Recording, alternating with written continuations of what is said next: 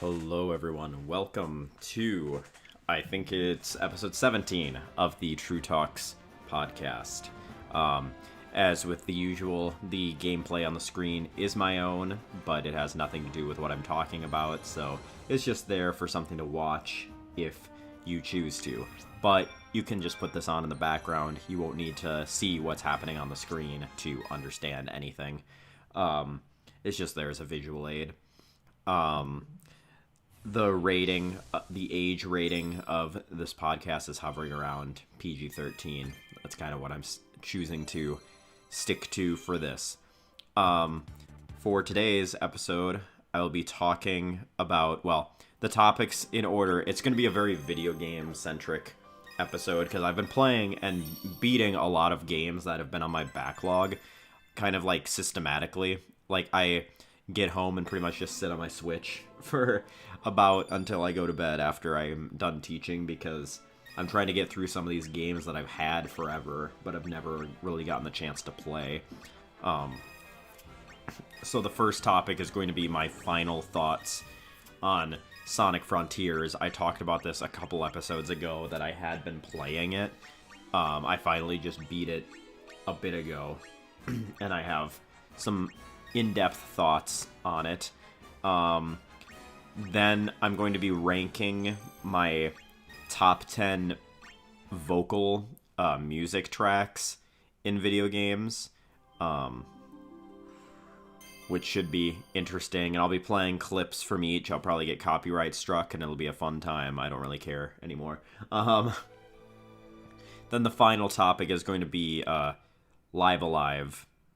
That remake, the HD 2D remake by Square Enix that's on the Switch. I'm going to be giving an in-depth review on that and a ranking of all of the chapters in the game to wrap up this video. First of all, current event stuff. I've been it's been weird. Like I've felt very busy, but in reality I haven't been. But the stress that comes with me not really having stuff to work on has made it difficult. Like, when we were just prepping for our concert in band in the middle of November, that was when our concert was, like, up till that point, I was able to just kind of format what we were doing based around that concert, whereas now we're kind of in no man's land in the rehearsal schedule because we don't have another concert until March, so I don't want to start the music too early, especially with winter break coming up. With winter break coming up, people will, there'll be, like, the kids will probably, like, forget a lot. Like, I'll have to reteach a lot when we come back from winter break, so that's why I don't want to get too in-depth on rehearsing that music. So we've kind of been in no man's land and just rehearsing, like, pep band stuff, and I pretty much decide the day of what we're gonna do. Normally I have the entire week planned out by Monday, whereas I've been kind of taking it a day at a time, where I literally get to school and write my plan down there before school. Which has worked, but it's definitely a little bit more hectic and stressful. Pep band is also picking up now as well. There's going to be more after school activities with winter sports starting up, along with jazz band has started up before school 2 out of the days of the week, and drumline after school 1 day out of the week. So it's going to start getting really busy again, and I really have to. It's going to be hard because I have gotten used to almost every other week for the past few weeks has been like a short week, like where we have at least 1 day off, or one of the days is like a teacher work day or something. Where now driving into November or into December towards Christmas break, we have full 5-day weeks for 4 weeks straight. I'm through the first one. Last week was the first one, but now I have 3 more full 5-day weeks to get through, and it feels very, very long compared to how it's been previously, because we've had a lot of 4-day weeks and a couple 3-day weeks in there. So, but I keep pushing through. It'll be fine. We're gonna start on concert music this week and kind of slowly ease it into the rehearsal, so then we can start working on that and kind of have it's also just hard when like you're trying to teach kids like in band. The easy part about band is there's a clear final goal, like a deadline to hit. Like it's like, okay, the concert's in like 3 weeks, so we have to get this music down, and this is where we're at, and this is where we need to get to.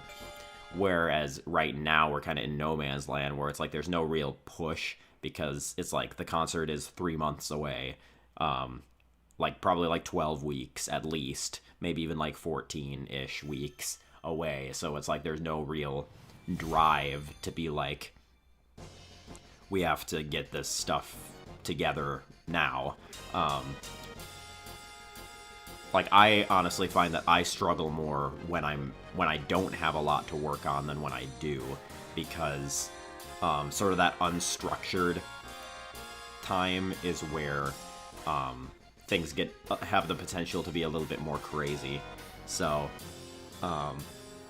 I'll be glad to get all of that music passed out this week and be able to start on that in the other groups. I also spent a lot of time today. The 6th graders, they go caroling. The choir kids sing, the band kids play. And I spent probably about 2 hours today writing out random Christmas melodies for them to play. Like, I literally just wrote the melody and copy and pasted it into all the parts so that they have it in their key. But that took a decent amount of time. And like I've said before, I don't like doing stuff at home rather than like doing it at the school. Tomorrow is going to be a really big day as well, because I have 3 people who are in jazz band that play other like woodwind instruments that want to play sax. So I have to find 3 saxophones and dig out like reeds and mouthpieces and ligatures, which I have no idea. Like, ligatures and mouthpieces are the main issue. Like, I don't know that we're going to have enough to go around, to be honest. But that's something that I have to do after school tomorrow. And then I have pep band on Tuesday and Friday this week. So it's going to be a long week. And since we're starting up jazz band for the first time, it's going to be a little bit stressful as well, because I don't know how that's going to look. I don't know specifically what my plan is with that. Like, obviously I have the pieces picked out and everything, but like I haven't rehearsed that particular group yet. We met Friday last week for the first time just to kind of talk about what was going to go on in there, and we didn't play. And then this Tuesday morning we're going to play, and I have to figure out what we're going to do. I have the music for our performance for jazz band, so we can prepare that, but I also like focusing on a lot of like music theory stuff for jazz, because jazz is such a wide range of like genres and styles, and you really need to understand theory on a fundamental level to really express the music in the way that is effective. But that's something that's coming up next week. So this week is going to be even busier, and it's just going to continually ramp up until I can finally go down, be with my family for the holidays. Christmas is my favorite time of year, just because I do really like getting gifts for people, but the problem is I don't know if I'm going to be in the market to buy gifts for people, just because I'm so early on in like the full-blown adult life, like where like college is kind of like the handicapped adult life. Like, it's like, yes, you're on your own, but you're still kind of under your parents' wing, whereas now I'm just kind of thrust in on my own, and I have to deal with my own bills and all that stuff, which is stressful. Like, money is something that, well, like they say, money makes the world go round, and I hate how much I have to pay in bills, from like utility bills to rent to like groceries to my student loans. It's just a lot. And insurance as well now. Fun stuff. But, and I also want, like, it's partially because I also want to save up for a trip for my girlfriend and I to go on in the next summer. So part of the financial burden is on me for deciding to save up for that. So I pretty much put half of every paycheck away in my savings in order so that I can have enough to go on that trip next summer. But yeah, I don't know. It's stressful.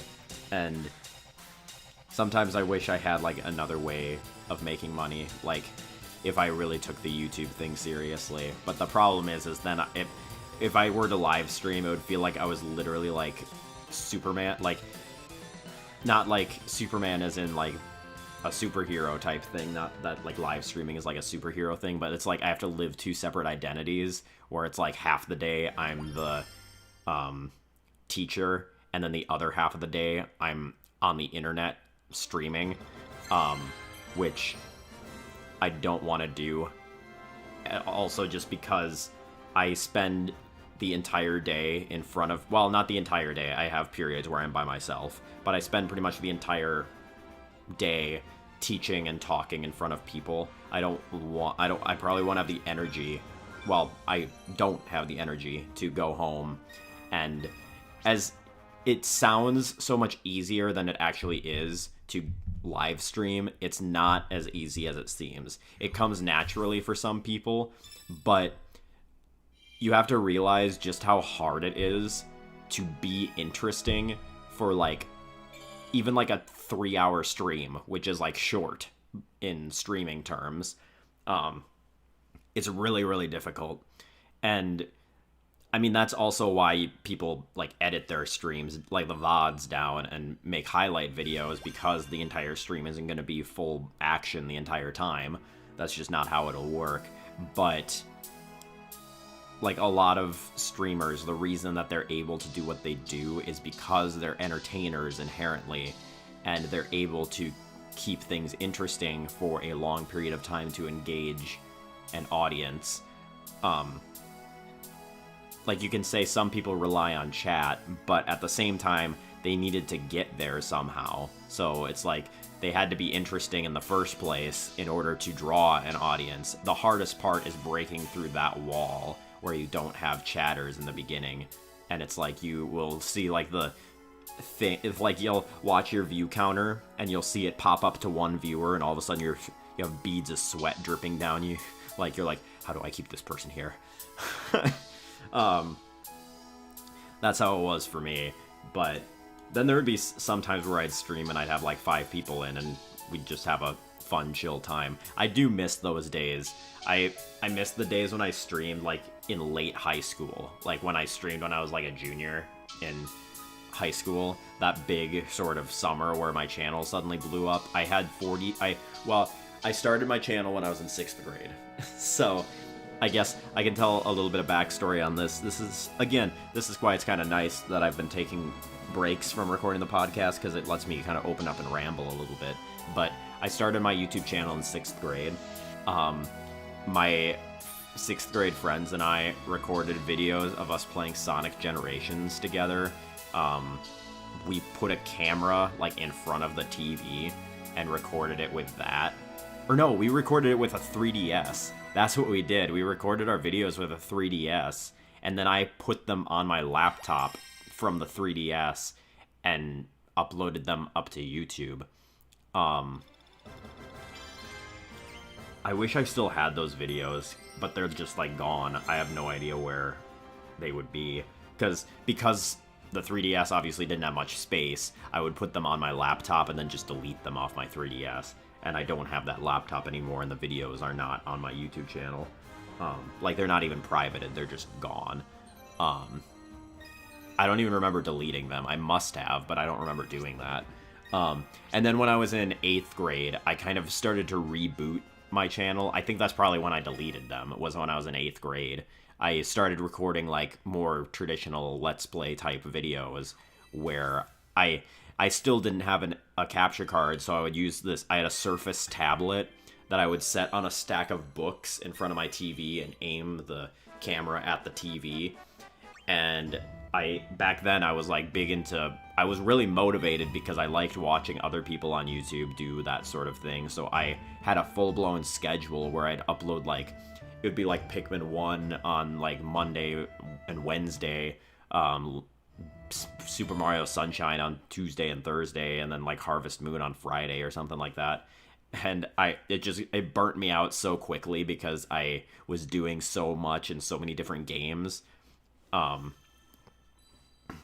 then I kind of had a resurgence because my dad bought me a capture card, and that just kind of opened the door for me.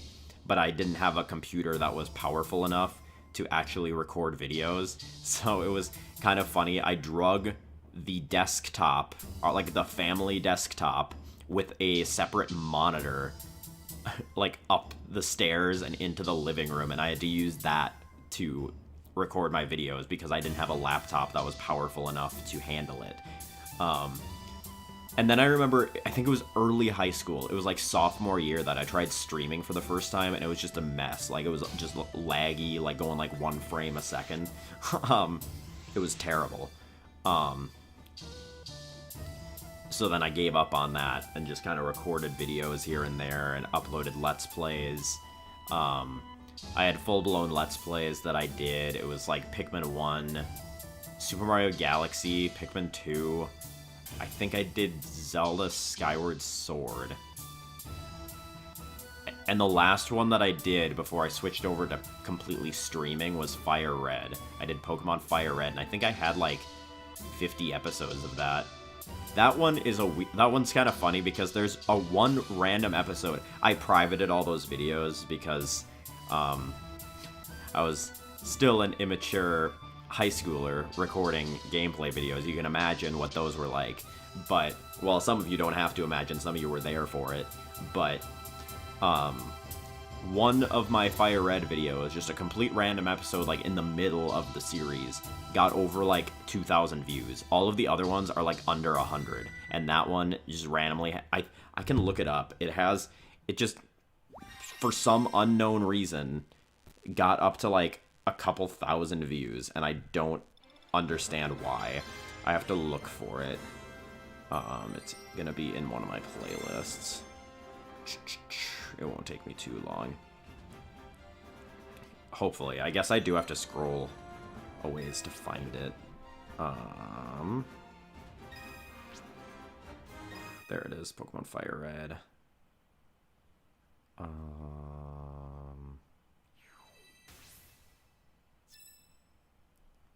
Where is it? Oh, it's this one. It has 3,300 views for literally no reason. There is no other episode that even comes close. All the other episodes have like less than 5 views. Yeah, 3,300 views. And this was uploaded in like these are 6 years ago that I uploaded these videos. Which is crazy to think about. And then I did the, after that I did the Donkey Kong 64 streams, which it is crazy, like, looking at those, because it's like, yeah, I streamed those 6 years ago. Like, that's actually kind of insane. And those had a decent, like, following, too. Like, I would have, like, up to 10 viewers sometimes in the chat at the same time, which was pretty big, like, for me. When I started streaming in my junior year of high school, I think it was my junior year. Hold on, let me look at the date when this was streamed. It was streamed... Okay, it was the summer after my junior year of high school. It was June of 2017 that I streamed for the first time. Well, for the first real time, I had a couple Pikmin streams that, like I said, I just gave up on because my laptop couldn't do it. And my laptop could barely do Donkey Kong 64 streams. Like, I remember all the time, like, getting really pissed off because it would, it would just break on me. Like, the stream would just completely die. But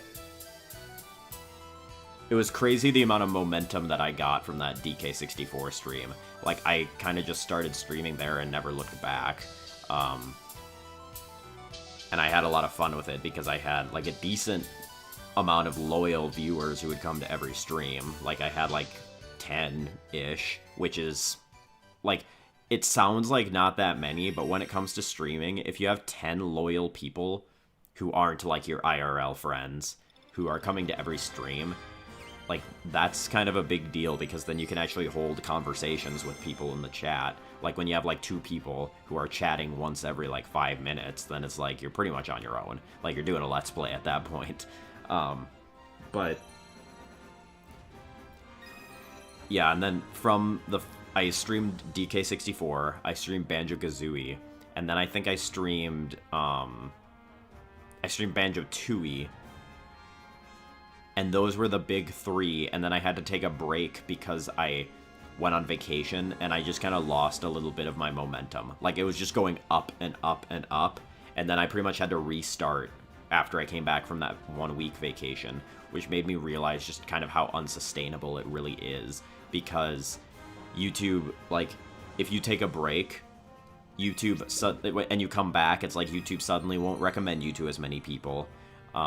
People won't get the notifications that you're live, and you'll lose people who were dedicated before because, like, they were coming because they knew you were streaming every day, and now suddenly you didn't for a week, so they're gone. Like, it's really harsh trying to come back when you take a break. And it's like, I had to. Like, I wasn't going to be able to stream because it was like a family vacation. I tried to keep it going because I remember I edited down a DK64 highlight reel or something that I uploaded while I was on vacation, but it's not the same because you don't have as many people interacting with you live. But I pretty much always had a good amount of viewers. There were a few streams here and there where it would just be dead the entire stream. But really, I had a solid amount. Like, there was always at least one person who always showed up, and it was kind of different based on depending on the era that you look at. But there was always at least 1 or 2 dedicated people who would always come to my streams and always talk to me, and it made it feel worth streaming because I actually had people to interact with.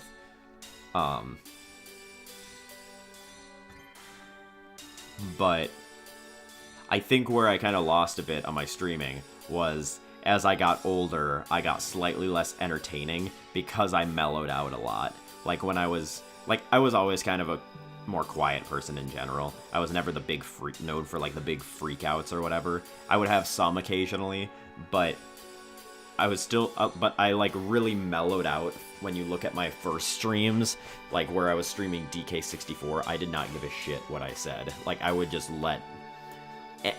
throw random crap at the wall, because I watched people like the Game Grumps and Attacking Toucans, who literally built their content based on that. Just kind of yelling random obscenities, which is what I did when I was streaming back then. And then I kind of just mellowed out a lot as I got into college. Which I think made me lose a little bit of my entertainment value. But I still, like, enjoyed streaming whenever I did. And I do still miss it. And that's why I'm considering doing it again in the summer and at least making it a summer thing. But, yeah, I forgot how we got on this topic, but, I've been recording gameplay videos, actually. I don't know if they're actually going to go up or not, but I still do record gameplay videos just to make it feel like I kind of have a purpose in, like, playing some of the stuff. And they're sitting on my laptop. They're, like, 3-hour-long videos of me just playing random shit that I could upload at any time, but I just haven't yet. Maybe at the time of this going up, there will be one out, but I don't know for sure. But let's talk about Sonic Frontiers, shall we? So, Sonic Frontiers is a game I actually almost didn't beat. I almost didn't make it through it because because I really did not like the third area of the game. I hated Chaos Island, like despised it, and I still do. It gets better as you go through the game, or as you go through the area and you unlock shortcuts, but it is such a pain to navigate because you can't just go straight from point A to point B like you can in the other levels. Like, it's like Chaos Island is made up of multiple small floating islands, and plus you have the giant ass mountain in the middle that you like will like be going towards a point that you're trying to get to, and then you'll realize the mountain is in the middle and you have to go try to figure out how to get around it. And it was just a pain to navigate, and I just like I would get lost super often in that level because I had no idea like where I was supposed to go. But then the last area was probably like, I'm glad I finished it because the last area was probably my favorite of the areas. Area 1 and then the final area, the open zones, I thought were really, really very well done. The Cyberworld stages are super fun as well. Like, I really enjoyed S-ranking every one of them, and I'm proud to say I did S-rank every one of them. But there was, like, a weird range of difficulties on them. Some were, like, really, really hard, and then some I would just S-rank randomly, like, blind on the first time, where I felt like I was going pretty dang slow. Like, there would be some times where I'd, like, C-rank one on the first try, and then sometimes I would just and it's like, I didn't feel like I was going that much faster, that much slower on them. Like, obviously relative to each other, I mean. But there was some that I had to replay over and over and over again for like an hour before I got S rank. It was only like 2 or 3 that were that bad. Some of them most of them took like between 2 and 4 attempts. The fishing was super fun the first time, but then it just got repetitive, especially when you realize, like, I kind of like that it's not random, but like when I realized that it was literally I was reeling the stuff in the same order you reel the fish in the same order every single time, and once I realized that, it got pretty boring, and it was just kind of a grind fest. But and I thought that the rewards for fishing, like the stuff you could buy in that shop, like you have the Eggman notes or whatever, those are just kind of, yeah, whatever. But like, it's cool lore stuff that you can only buy through the fishing, but it's like you can buy those on like you can finish that on like your first or second fishing outing, where there's 4 in the game, and it's like I maxed out my speed like just from fishing. Like, I didn't actually find the Coco things. Obviously I did a little bit, but I only really found enough of them to get me up to level 30, and then all of a sudden I just went fishing and bought enough to max out my speed. And the same with attack and defense. It's like fishing just kind of broke the whole system of how you were supposed to like progress. Like, I didn't really like that you could just buy stuff that you were like you could get out of finding stuff in the overworld by buying it in fishing, which I thought was really kind of dumb. I wish they would have like had something that was exclusive to fishing more than like the Eggman notes. Like, if they would have had something that was specifically exclusive to fishing, that you had to purchase, that would have been nice, because fishing kind of broke that whole system. Because it was like, if you 100%ed fishing in all of the areas, you were just going to be able to buy everything that you needed to max out your stats. So it was kind of lame. But, and then the last open zone area, for some reason, had 2 fishing areas that just gave you the same stuff. So it was like, if you 100%ed one, you had the other one 100%ed too. You didn't even have to do it twice. So, which was nice, but I don't even know why it was there. Like, I don't know why there was 2. It didn't make much sense to me. But I had a really good time with Sonic Frontiers, and honestly, the what are they called? The Guardians, I think it was. Like, the random mini-bosses that you find around the world. Those are super fun to fight. Like, I really liked the combat in this game. And how much, like, variation they did in it. Like, obviously you have the skill tree, so you have a bunch of different moves you can use, but even just, like, the variation in fights, like, you have the regular towers, where it's pretty much just you knock them down a few pegs and then you hit the head and it's dead. Or you have the spider one that knocks you up into the air. Like, you have to side loop its legs, and then it knocks you up into the air, and you have to fall through the rings to make it vulnerable. And then the squid, where you have to run along its, like, rainbow tail thing, like, until you catch up to it. And the fortress, which had you, like, going across, like, through grind rails up behind it. Like, it was cool how much variation there was in the Guardian boss fights. And it was fun, like, I left some behind in the first open zone, and then I went back when I maxed out my stats, and I would just wipe the floor with them, and it was, like, super satisfying.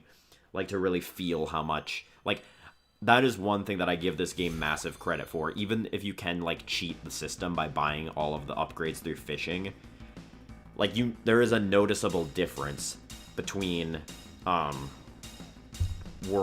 between when you start the game and when you max everything out at level 99. Like, there is a massively noticeable difference between the beginning and end of the game. Like, at first, like, it seems really incremental, like, it's very small, like, difference, because there's 99 levels you can go up. But, like, once because I was in the first world, and then I never went back, because I didn't know how, until I had maxed everything out. And then I went back, and I was just destroying the Guardians, and it was super fun. The only thing I didn't 100% was getting all of the memory tokens scattered around. And I didn't get all of the, like, special Cocos. I got most of them, but some of them I never got.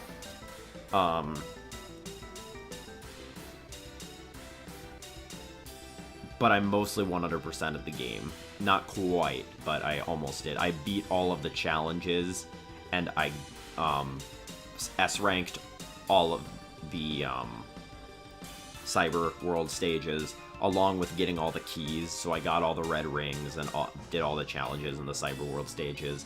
I think I beat every Guardian, but I can't remember that for sure. And the only thing I really didn't 100% was getting all the memory tokens that were scattered around.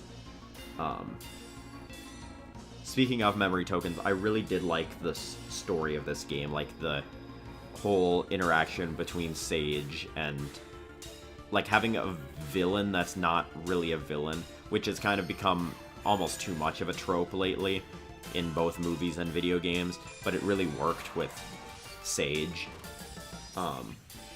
And kind of giving Eggman sort of the correct type of backstory, where it's like, he's rivals with Sonic. He doesn't feel inherently evil and will work with Sonic because they have a common goal and they both need to prevent this cataclysm from happening. So he's willing to work with Sonic to save the world. Which I think happens in Sonic Adventure 2, but I could be wrong. I've never beaten that game. I'm playing through Sonic Adventure 2 with my brother right now, and we're stuck on this one level. Like, I don't know if it's just the controls on Xbox One, like if it's because it's so, like, there's so much latency, but the Tails stages, I was making fun, like, he was playing it alone, and I was making fun of him for, like, falling off cliffs and stuff, and then I tried to play, like, he died on this one, he got 3 game overs in a row on this one, like, it's a desert level where you play as Tails, and I got 2 game overs on it, like, and it like, looks like you're making really stupid mistakes and stupid deaths, but it's like, you try to jump, and he jumps, like, almost a full second later, so it's, like, really annoying to control. Hopefully I get back to that and we actually beat that level, because I watched someone else do it and it didn't look that hard, but it was hard for us. But what else? Where was I going with? Oh, the story in Sonic Frontiers I really did like. The soundtrack is bomb as usual. The one thing that I will say, like, gameplay-wise, obviously I really don't like Chaos Island as a whole. I do not like some of the extended sections. There's one specific section I can remember where you had to do it to get one of the hat Coco, like the special Coco, so it was entirely optional. But when you're running up the green, like, walls, like the walls that you can run up, it's pretty much either you are going way too fast and have literally, like, zero control, or you are inching along it like a snail. There is no in between, and I don't know if I was just doing it wrong, but it's like, the game tells you you can hold the trigger to walk along the walls, and it's like I press the trigger and he either boosts right off, or he starts running and is, like, completely out of control. The only way I could do those sections was by slowly, like, not even pressing the trigger and having him slowly inch, like, he would grab the wall and, like, jump over every couple seconds, like, slowly inching along like that. I couldn't do it when I was, like, running, or, like, up the walls, because he would just go out of control and fly right off. And some of the platforming didn't feel necessarily horribly intuitive. I mean, towards the end of the game, you can boost over half of it because you're at such a high speed, which was fun. But, yeah, there were some platforming sections that I would get, like, really frustrated on because it just wouldn't work the way that I wanted it to. But overall, it was a fun game. Like I was saying before, it feels a lot like Legends Arceus, where it's not horribly polished in a lot of areas, and it's not, like, the best open world experience ever, but it's a step in the right direction for the series, and I really do hope that they continue with this style, like they make a Sonic Frontiers 2. But I would give it a solid, like, 7.5, 8 out of 10. I don't think I would... Well, that's a lie. I probably would play it a little bit again, but I don't think I'd go for completion again. I do enjoy playing it, but not to the point where I would go too heavy into completion, which is kind of a problem because of its length. Like, if it was a bit more bite-sized, like regular Sonic games, I might be more willing to do it, but, because it's so long and such a time investment, I probably won't play it, like, beat it again. I know there are speedruns that beat it in, like, an hour and a half or less, but there's it's pretty glitch heavy, I think, from what I understand. I did start it up on the PS5 back at my parents' house, because they have it on the PS5, or more like my brother does, and I wanted to see how it ran on there, and it does run a lot smoother on PS5 compared to Switch, but it's, like, I'm not the person to ever really notice that type, like, I don't really have an eye for that sort of thing, and it wasn't that noticeable to me. Like, it's not like this, I think the Switch version is horribly worse than the other versions of the game, either, because I beat it on Switch. I think it's about even. But yeah, I'd give it about a 7.5, 8 out of 10. It probably, like, at the end of this year, I'm going to be looking at my top 50 games of all time list again, and making another video in that sort of series. I'm going to kind of continue doing that every year, and updating that list with new, like, both new games in general, like, new games, and games that I just played for the first time that year. And I'll be updating it with some of those games, and I don't think Sonic Frontiers is going to make it, but it's possible. The problem is like, the top half of that list is, like, 10 out of 10 games, so it's got a lot of really high-tier games to compete with, and I don't think it makes it. I don't think I like it more than I like Sonic Mania and Sonic Origins.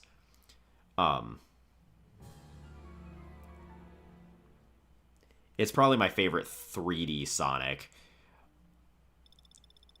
I think. I've barely played Adventure. I've more played Adventure through watching my brother play it, because we kind of played it, quote, together, where he'd play and I'd look up the walkthrough to kind of help guide him to where he needed to go. But, I think I like it more than that game. It's got a much more serious tone, but I think it works, where in the case of Sonic 06, it didn't really. Like, the plot of Sonic 06 was, like, way too grandiose for a Sonic game IMO, whereas this one, it worked a lot better, I think. They didn't try to do too much.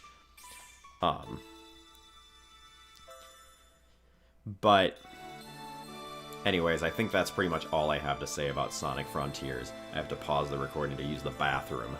For you, it'll be about a second, but I'll be back. Okay, so let's look into my top 10 video game vocal tracks of all time. The rule that I set for this is no repeat series. So, because specifically for Sonic, because I'm a big fan of Sonic's vocal tracks, that's mainly why, because if I let myself go crazy with more than one a series, the top 5 would probably all be Sonic tracks. Let's be real. It'd be Sonic and Xenoblade, basically. Well, no, that's not true. Okay, so I will pull up a little clip of each one to play kind of in the background while I talk about it, and hope that I don't get copyright struck for it. So first, coming in at number 10, is a game that I actually just started. It is a Hershey's Kiss ad. The piece is Radical Dreamers from Chrono Cross. And it's just a very nice, relaxing, good vibes piece that I really like. I haven't gotten to the point where it's at in the story yet, so I don't know where it comes up, but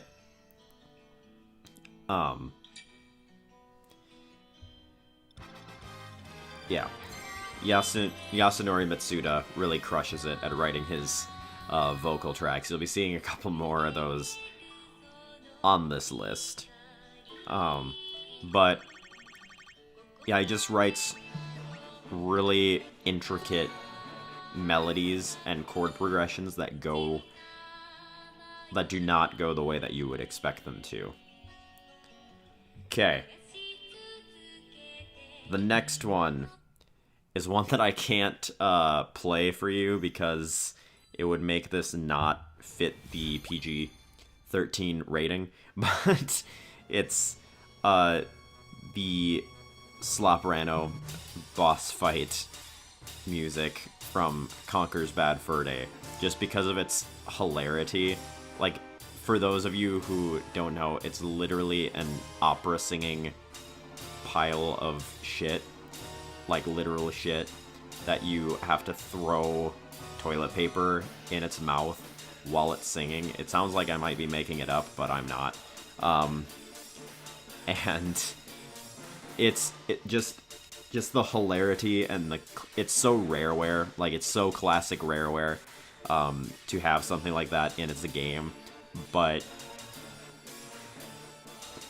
just the fact that they wrote an entire opera song for a singing pile of crap to sing during the boss fight, where you fight it in a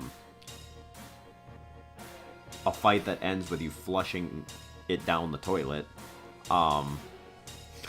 It's very out there and very interesting, and I really like it for its creativity. The next one, number 8, just kind of had to be on the list because it's a classic. I still have not played this game, but it's a classic.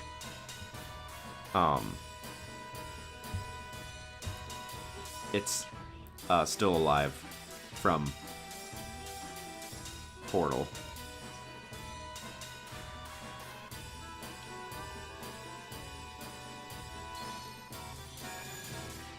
I just like how, like, it just feels like an average song, and then you dig into the lyrics and just realize how cryptic it is. Kind of like children's nursery rhymes. Like that type of thing.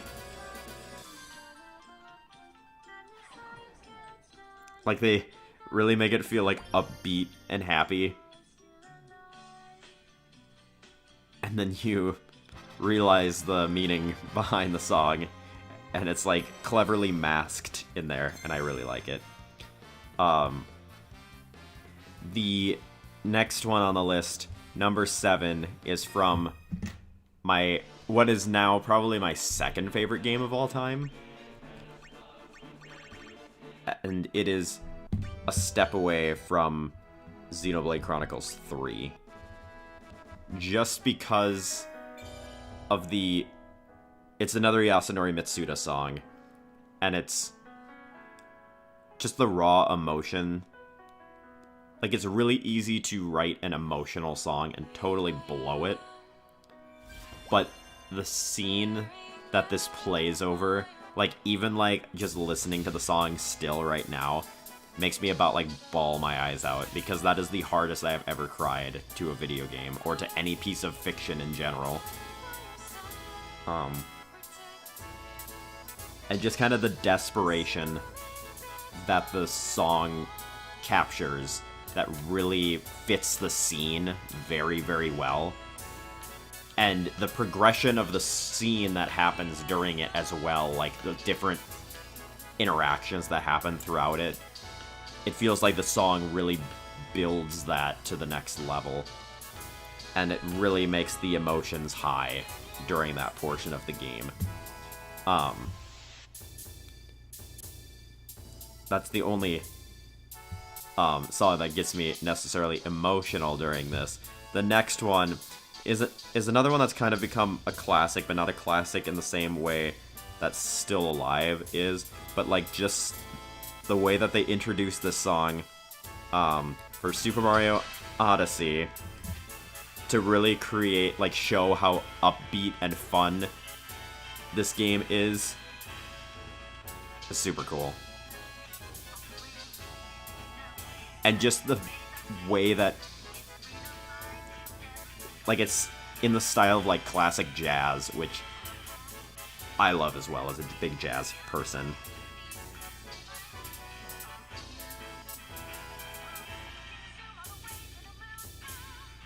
And I love how, like, kind of similar to Still Alive, but not in as cryptic of a way. Like, you listen into the lyrics, and you realize all the references they're making in this song. The song itself is Jump Up Superstar, obviously, but some people might not know. It's just so good. Like, I would have never expected there to be a vocal track in a Mario game, but Jump Up Superstar is so incredibly good.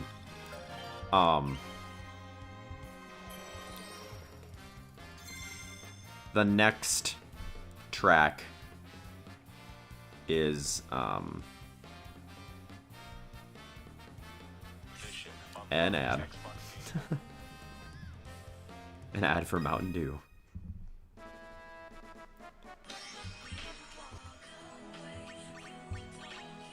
Is Simple and Clean from Kingdom Hearts. I haven't played that much Kingdom Hearts, but this is another one that just kind of feels like when you're talking about vocal video game tracks, it has to be there.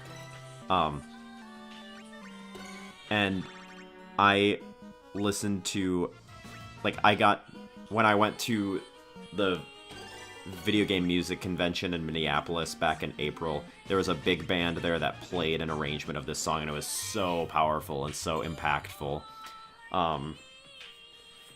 It's on YouTube. Like, not that, I don't think that specific performance is, but if you look up the multiplayer big band, that arrangement is out there on YouTube, and it's really, really good.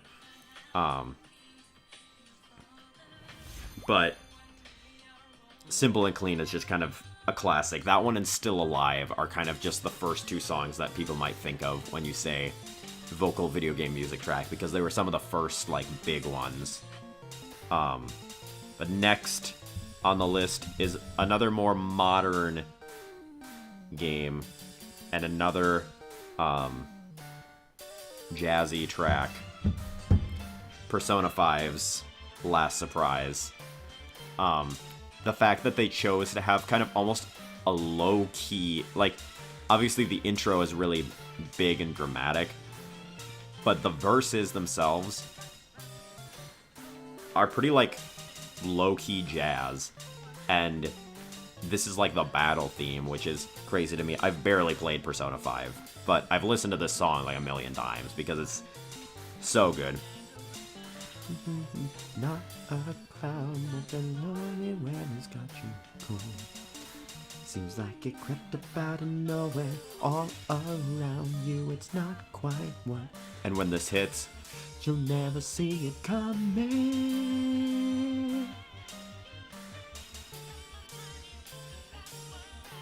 It just makes you, like, want to groove to it. It's so good. And, like, the background lines in the strings. It's so good. But yeah, that's Last Surprise. My number 4 choice. Then number 3 is another one that's from a game that I've barely played. I actually only have exposure to this from the rhythm game. Another ad for a pet wash station.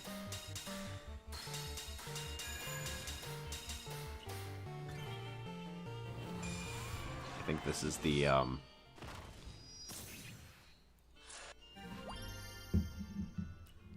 instrumental version, but this is Sudakai Dane from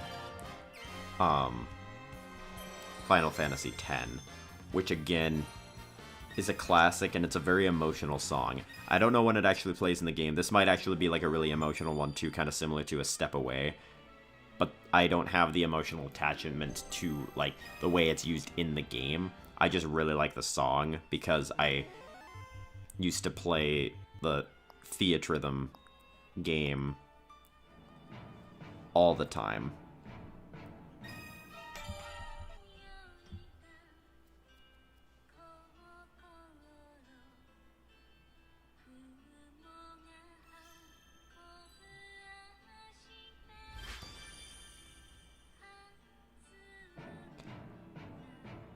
It's just a very beautiful, serene melody, serene feeling song.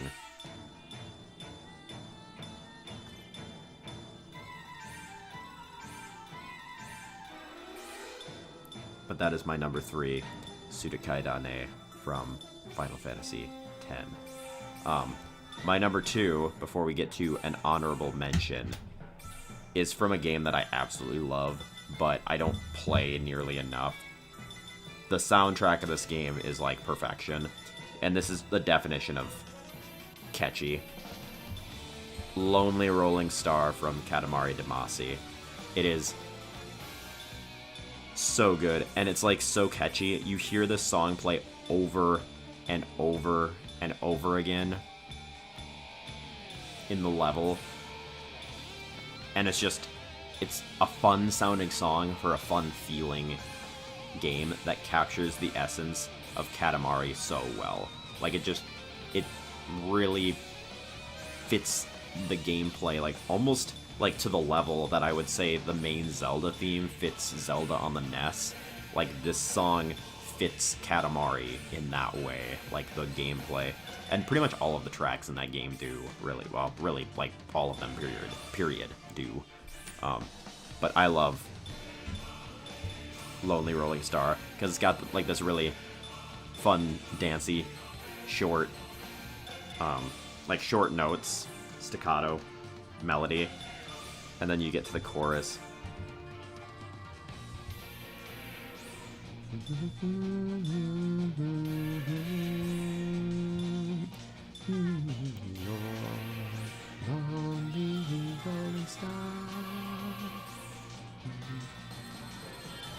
It's like one of those songs that, like, listening to it on its own, it's like, what's the big deal?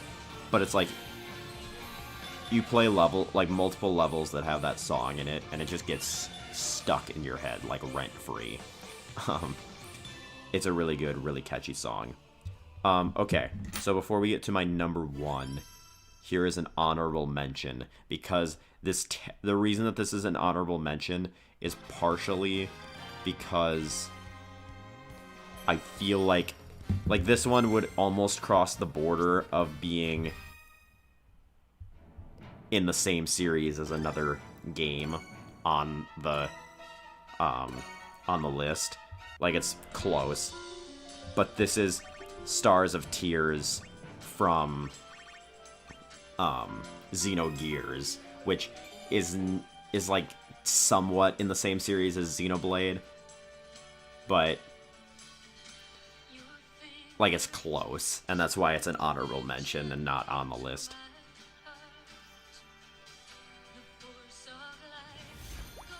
This song feels like almost like a contemporary worship song to me, but I still really like it.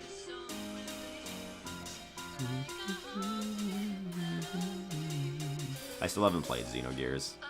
I have the piano book, that's how I know this song.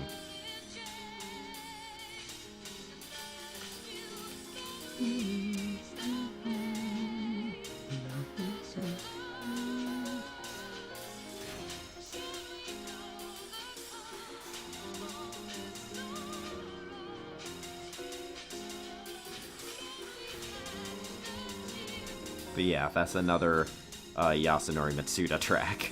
So, like I said, 3 by him in this one alone that I really think are very solid pieces of music.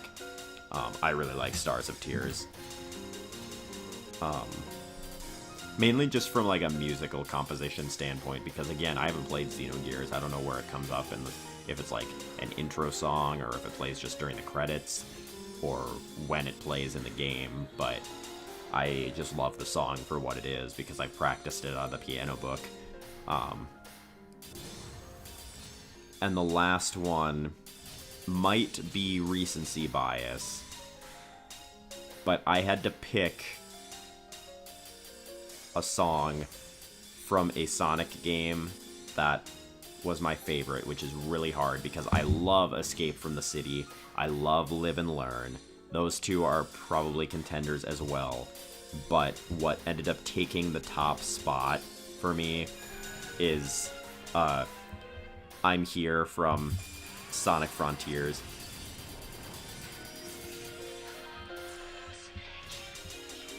Because just how the chorus hits when you're fighting those bosses, like, it's like, it gives me chills every time.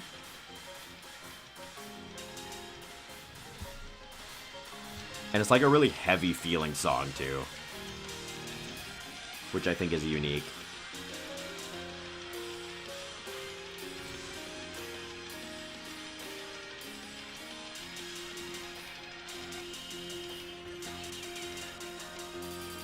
And Sonic just nails some of these vocal tracks. Like I said, it was hard to pick one. But it's kind of between this and Escape from the City for me. Just that break there is so good.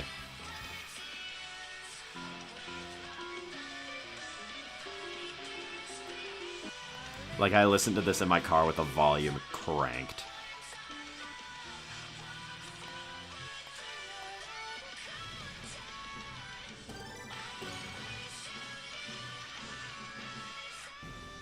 What it does really well is those breaks, because it's a very heavy song, and where it takes, like, those moments where it's just the vocalist is, like, perfectly timed. But that is my top 10 vocal tracks in video games. Moving on from that, let's talk about Live Alive. So I really like Live Alive, especially for the way that it's able to kind of conjoin multiple different genres in such an emotionally impactful way. I'm gonna probably just talk about the game by ranking all of the chapters. So there's 9 chapters, technically 10 if you count one specific, like, alternate storyline you can do. I didn't do that, so I'm not going to rank that specific one. People who have played the game know what I'm talking about. I'm going to try to avoid spoilers until I talk about the like final chapter, which, spoiler alert for the list, is going to be number 1. But when I talk about the final chapter, that's when I'm going to get into spoilers for the game. Specifically saying this because I know my girlfriend wants to play it, so so she can click off when we get to that point. But first, so there's 9 chapters. In 9th place is going to be the Twilight of Edo Japan. I thought this would be kind of a unanimous choice, but I actually watched a lot of other people's lists to kind of hear what other people's opinions were on the game. There were people who really did like this one. I wasn't a big fan of it. Story-wise, it's really cool because it's very historical based, but this chapter you can do basically the whole pacifist, like kind of like Undertale, which I'm guessing this was like honestly what Undertale's whole thing was based on, because Toby Fox said he got a lot of inspiration from Live Alive. But Twilight of Edo Japan chapter has you're able to either go pacifist and kill absolutely no one, you can go genocide and kill everyone, or you can do something in the middle. I should probably say this beforehand because a lot of my viewers aren't terribly familiar with games. The way Live Alive works is there's 7 chapters that you have from the start, and you can do them in any order, and you basically go across different time periods and different settings in each chapter. With that being said, let's continue the discussion on Twilight of Edo Japan. What I do like the chapter, but this one what I didn't like about it was how absolutely confusing the map was. Like, it's in a very tight, condensed space, but it's basically like one massive dungeon, and the fact that you can't really get your bearings, because if you make a single mistake, then you're knocked off from the route that you're on. I guess I could have just gone neutral and not worried about any of that stuff, but I don't know. I just felt like pacifist was the way to go, so that's what I tried to do. And then there's kind of the confusing aspect. It wasn't really confusing to me because I was following a guide, but you're expected to grind up your level on ghosts, because ghosts don't count as kills because they're already dead, which feels weird to be like saying you're a true pacifist even though you were like still killing monsters, but you just weren't killing live people. It was a little weird, but overall that didn't bother me that much because like I get the logic behind that. But there was so much just like backtracking and like weird cryptic puzzles in this one that it's like I don't know how you would figure it out. It's kind of a shame because this is probably the best looking chapter in the whole game. It's in contention for it, probably. Well, not probably, it is in contention for the best looking chapter. It's got really cool settings, like when you're running across the roofs. It's really super cool, but like I said, the map is really, really confusing. And sometimes, like, some of the puzzles are confusing too, like how you get past certain areas without killing anyone. Like, the whole fact that you have to create, like, you have to make, like, this puppet of yourself that's like a robot, and you use it to actually kill guards in front of a door, but, like, you send it to self-destruct on those guards. And because it's the robot that killed them, it doesn't add your kill counter. Like, it's kind of a weird sort of deal. But it was still okay, but I just didn't like it because it was the only chapter that I really needed to rely on a guide for. Like, I pretty much had to follow a guide step by step through the entire chapter, which I didn't like because it really bogged down the gameplay. And I realized maybe I wouldn't have had to if I would have just bit the bullet and taken the neutral route, but I don't know how much that actually cuts off from, like, how different the gameplay is there, because there was still some puzzles that I don't know if I could have gotten through without a guide, or figured out even where to go, because it's not very clear with where you're supposed to go. And even the orange dot on the map was kind of, it wasn't leading you to where you needed to go next. It was, like, leading you to the final ultimate, like, the end of the map.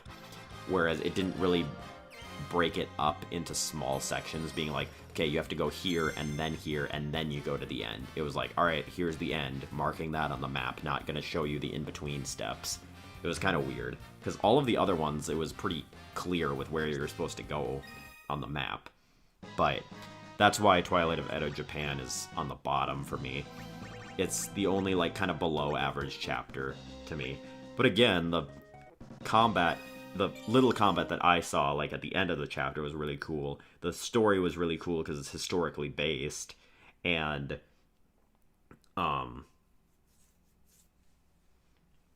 the setting itself looked really cool. It was just kind of very confusing, and the map layout wasn't very forgiving. Next on the list, at number 6, and everything above this point I still like. It was harder I knew Twilight of Edo Japan was on the bottom. Everything else was a little harder to rank because they're pretty close to each other. The next chapter is the Wild West chapter for me, which was higher on my list, but the more I thought about it, the lower it got, just because there's not a lot to this chapter. There's only one fight that's actually worth talking about, and it's the final boss, and that's it. Pretty much the entire chapter is built up, like, it's almost like a tower defense game, where you build up your defenses because you know at the end, like, you have a time limit, and you know that at the end of the day, or it's at the start of the next day, the Crazy Bunch is going to invade the town, and however many traps you set, or however, like, you lose that many of them in the fight against the final boss of the chapter. Like, for every successful trap sprung, that's one less person you have to deal with in the final battle. But from what I've read, it's possible to, like, even if you don't do any traps, it's possible to fight them all at once and win. I'd imagine it's pretty difficult, though, because you can't level yourself up in this chapter. But I could see this being a very high chapter for people who like Western stories, because it's very stereotypical. The main character doesn't talk much and is kind of a gruff newcomer to the neighborhood who's randomly just gonna save them all. But I like when characters have depth and show kind of their personality a bit more, and Sundown Kid has literally, like, 0 personality in this chapter. Like, he speaks, like, a very small amount of lines, so you don't really get a lot of characterization for him. You get more characterization for his rival, Mad Dog, than you do for the main character, but, and it's just, like I said, it's just very short. Like, I finished this chapter in maybe an hour. But I did like it. It just wasn't exactly my thing, and it wasn't my favorite. But there's not too much more to say about it, because I pretty much said that everything that there is in the chapter. There's just not a whole lot. But next on the list is one that's, like, just disappointing for me in general. Like, I like it, but there's so much, like, lost potential to me, and that's Near Future. Near Future is something that feels like it wants to be more than what it is. Like, it's the opposite of it overstaying its welcome. Like, it's like it needed more time to grow and more time to spend with these characters, because it felt like a very big, grandiose story that was condensed into a 2-hour ordeal. Like, it's got, like, a full city that you're able to explore, like Earthbound style almost, but almost none of the locations really have much relevance other than you going there, like, one time for the story, and that's it. Like, you spend, like, 5 minutes there, maybe, or less. And it just felt like a lot of the locations lacked importance. The idea of the main character being able to read other NPCs' minds was really cool, because it's like that gives you a new perspective on like what characters are thinking, and I think that's something that's really told quite well. Like, I really like that aspect of the story.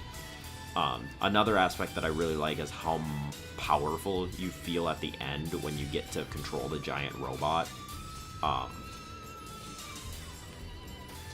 You just feel like you can, like, you don't just feel like it, you see yourself wiping the floor with literally everything, and you just are invincible, it feels like. And it truly is, like, they make it truly feel awesome to control that character, especially because Akira, the main character, is so weak throughout the story. He's more of a support character that you're forced to control as the main protagonist, which is a little annoying. When he finally gets his better techs or his better abilities later in the game, it's almost too little too late, and you don't really get to experience that in this chapter. But I liked the characters in this one. It just felt way too rushed and fast-paced. Like, I think this chapter would have benefited from being the length of the Middle Ages chapter and being like maybe 1 hour longer. It just felt like it was trying to do too much compared to everything else. And maybe that's because I played that chapter first and I wasn't sure what to expect yet from everything, but I don't know. I still feel that way about that chapter. The next one on the list... Hold on, let me count where I'm at. Yeah. The next one on the list is going to be Present Day, which Present Day plays, for those who don't know, like a fighting game, where you choose your opponents in whatever order you want, and the whole gimmick is that it's almost like Mega Man, where you learn an ability by getting hit by it from one of the fighters, and then you can use that ability against one of the other fighters because they're weak to it. But this chapter really showcased how good the combat is in this game, because you had to do some in-depth strategies, like memorizing what tiles the opponent's attacks covered, so that you could avoid their attacks and know where you, like, placement really mattered here, because you were pretty evenly matched with everyone, and I did actually lose one of the fights in this chapter. And then went back in with the new knowledge of how to really go about doing it, and I was successful the second time. But the one thing that this chapter really lacks is story. There's pretty much no story whatsoever, and then all of a sudden there's a big twist at the end before you fight the final boss. It just felt very, like, there was literally, like, no story, no characterization whatsoever. Like, it's pretty much the same, like, the same amount of story that you'd see in, like, Punch-Out. Like, you get, like, background on the characters and the people that you're fighting, but you don't get much more than that. There's not much of a story there, which, I get that's what they were going for, is for it to be a fighting, like, more of a fighting game, but it's, like, it's a chapter that will literally take you less than, like, 45 minutes if you know what you're doing and you don't lose any fights. But I did still really like it quite a bit, because it's probably the best, like, battle, like, the best showcase of the battle system in the entire game. Like, it's the most fun I've had with fighting. Then next up is going to be Prehistory. Prehistory has the it's one of the more RPG style chapters in the game, where it has random encounters, and you're, like, wandering around the map trying to, like, you do still have to come into contact with a dust cloud for it to play out an encounter, so it's not like you have no choice in the matter. But the other interesting gimmick about this chapter is that there's literally no speech whatsoever. Everything's told through, like, images and grunts, which, if it was a game that was longer than this, I think it would get annoying. But because of the bite-sized nature of these chapters, it really, really worked, and I really liked how clever they were with this and how well it did work. like how part of the puzzle sometimes was trying to translate what people were trying to say, because there was no literal written words. It was all just like they would point at something, or you would get like an image of something. And because of that, the characters in this one were like really expressive, which I really liked.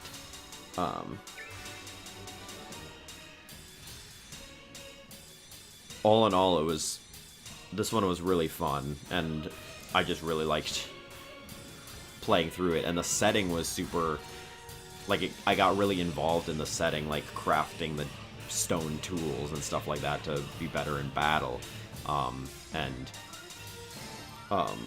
The enemy design on this one too, I really liked, but that's kind of a given for the other stories in this game too. But I really liked Prehistory. There were some people that it surprised me that it was like their least favorite in the game, but I really liked it. Coming in at, well, that wasn't number 3. That was number 4. Number 5. I keep forgetting about the 2 extra chapters. Because when I originally made this list in my head, I hadn't played those chapters yet. Now number 4 is going to be the Distant Future, which the Distant Future is interesting because, kind of similar to the Wild West chapter, you only fight the final boss, other than if you go to the arcade and play a few like meaningless fights on there for fun, which I think is kind of a detriment slightly, because Cube is actually fun to play in battle, but you literally use him one time. But the story of this game, or of this chapter, and the way everything unfolds and slowly gets more and more sinister as it goes on, and more unsettling, and the way that they use sound so well in this one is so good. Like, there's no music in the hallways, and when the beast breaks out, all you can hear are its footprints getting closer and closer to you, and all of a sudden you see it come out of the hallway, and it's like, not a jump scare, but it's like you're like, you get goosebumps and your hair stands up on your arms, because you can feel the tension, and the tension between the characters as well, as you're almost playing a side character who just gets to witness everything from all sides, which is really kind of an interesting way to tell a story. Like, you don't really directly interact with much of it. You just get to watch from afar as the crew kind of tears itself apart. And this almost felt like Metroid. Like, it reminded me of Metroid, where how eerie, like, it portrayed space. I just really liked it for that alone. The environment and the ambiance of the chapter in of itself. Like, yeah, you don't deal with a lot of fights, but it's like you're pretty much constantly running away from this thing that will kill you on impact. So there's a lot of tension throughout the chapter. And even though it's mostly just dialogue, I think it tells an interesting enough story that not having any fights other than the final boss kind of benefits it, because it doesn't break anything up. Then coming in at number 3 is going to be the Middle Ages chapter. The Middle Ages chapter is the most traditional RPG. Well, pretty much that and the final chapter are the most RPG style in the game. But, like, this one is more of like the regular, like, it's long enough, kind of like near future should have been. This is more of like what the length you would expect from that type of story would be. Like, it took me like 3 to 4 hours to beat it. It has random encounters, not just in like the sense of Dust Clouds, you like walk around and suddenly you hit, like, you're in an encounter like Final Fantasy. But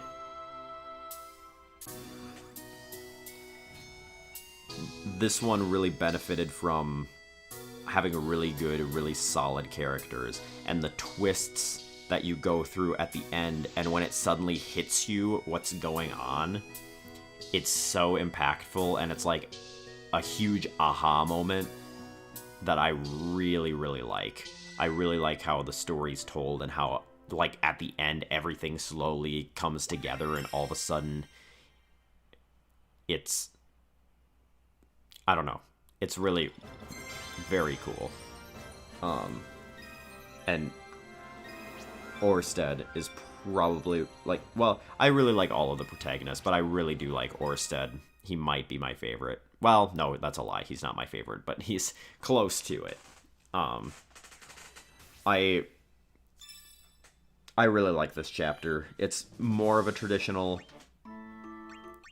RPG, but I really like games where you get attached to the characters. Like, I really like Xenoblade for that because of the characters. And this one has really strong characters that you grow attached to, and it makes some things much more tragic. But I'll leave it at that because I don't want to talk spoilers until I get to the final chapter. Coming in at number 2 is Imperial China. I love this chapter. Like, it's literal perfection. The way the story's told, the characters, I really liked every character in this one. And the reverse grinding that you have to do is so clever. Like, you have to train your students by fighting them. Like, you grind in reverse. Like, in fighting your students, they gain experience and level up, rather than you battling with them. Which is really clever and an interesting way to do it. And I really grew attached to a lot of, like, the characters in this one, which makes the twists all that more impactful. And Lei is my favorite protagonist in the game. I love her. The only female protagonist, but, which is sad, but she's awesome.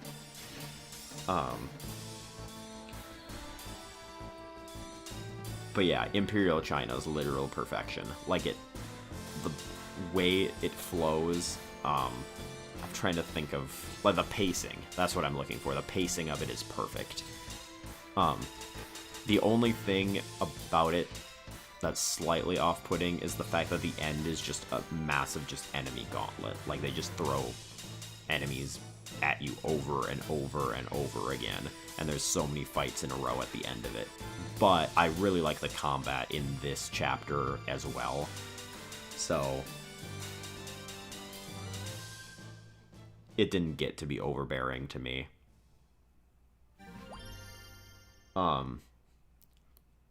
Then in the finale, the final chapter is number 1, clearly like way above everything else, just because it's the culmination of everything.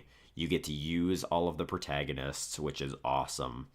The one detriment is the fact that they just felt the need to make Sundown Kid so annoying to recruit.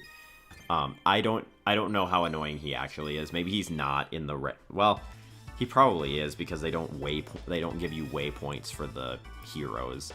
But Sundown Kid is just much more difficult to actually recruit than the other one, so it makes it so there's a huge benefit to picking him.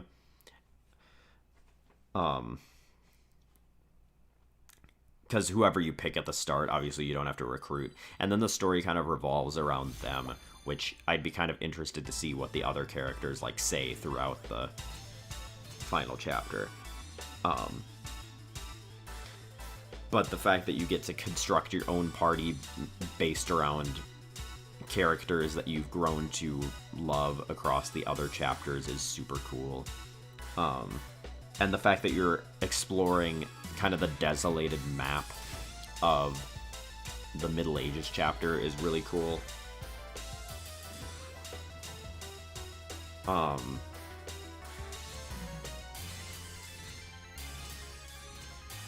I did every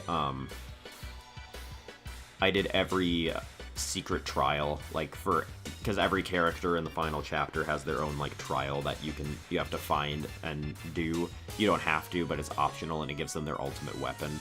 And I did that for all the characters. And Akira's was so cool because you get to hear kind of the regrets of the spirits of the world, which I thought was So good.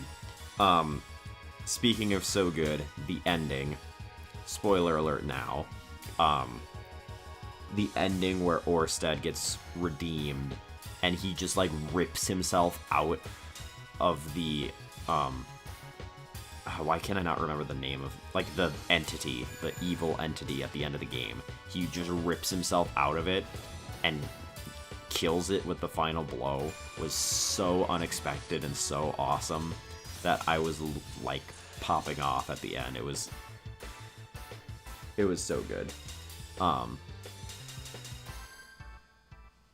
Yeah, the final chapter of this game is really strong and really does a good job of tying everything together, because at first it feels like just a bunch of random stories that you're playing through, and then all of a sudden everything matters and everything's all tied together.